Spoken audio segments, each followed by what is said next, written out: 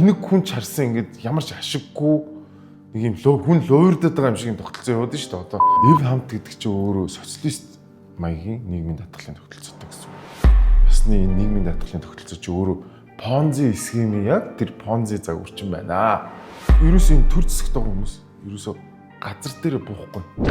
Жил ирэх тусам нийгмийн даатгалын төлөлт, нийгмийн даатгалын орлого багассаар л. Гадаадд бол ингээд ийм сан үсээд эн чинь урт хугацааны хөрөнгө оруулалт хийх айгүй том их усруу байхгүй. Тэгэхээр миний энэ яриад байгаа юм амьдрал дээр наад нийгмийн даатгалын чинь төлөх сонирхолтой хүмүүс байхгүй болчлоо шүү гэдгийг л энэ улс төрчдөд нэгдүгürt ойлгуулмаар. Хоёрдугаар энэ нийгмийн даатгалын тогтолцоо чинь өөрөө хүмүүст шудраг биш байна гэдгийг ойлгуулах нь миний хамгийн гол зорилго.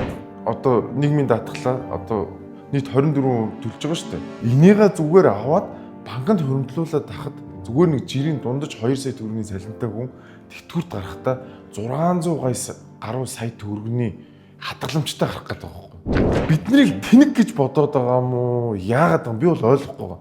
Тэгэл энэ нэг тогтолцоон дээр ингээд бид нар гүрэлгээд байгаа байхгүй.